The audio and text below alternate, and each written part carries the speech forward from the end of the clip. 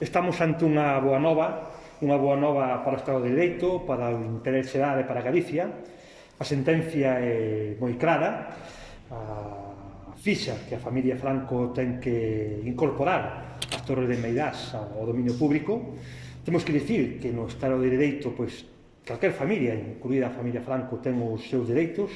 ten as súas obrigas, e neste caso, pois, a sentenza é moi clara e certifica a incorporación das Torres de Meirás ao dominio público. Me gustaría destacar, pois, o proceso que se segueu para chegar a este punto.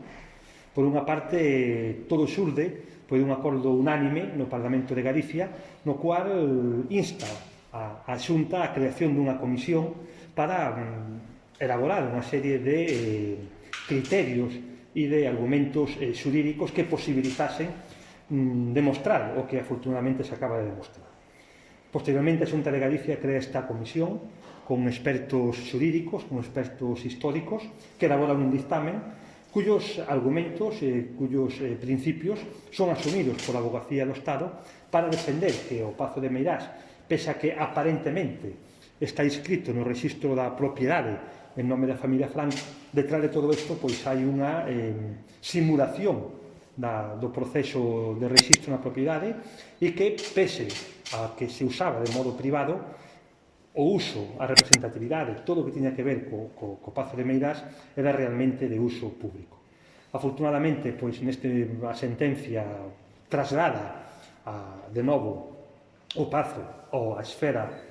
pública e, como xa dixen, é unha boa noticia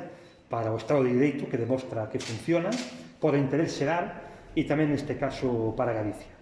Neste momento estamos estudiando con detalle a sentenza, estamos a falar pois, de un documento de prácticamente 400 páxinas e en principio pois, o que é moi positivo é que a partir de xa pois, o Pazo de Meirás, pese a que pode haber recursos obviamente do punto de vista xurídico, e hai un percorrido xurídico, pois o Pazo de Meirás é xa un ben público e como tal pois, pasa a formar parte pois, do interés xeral e é moi positivo neste caso pois, a sentencia que acabamos de conocer.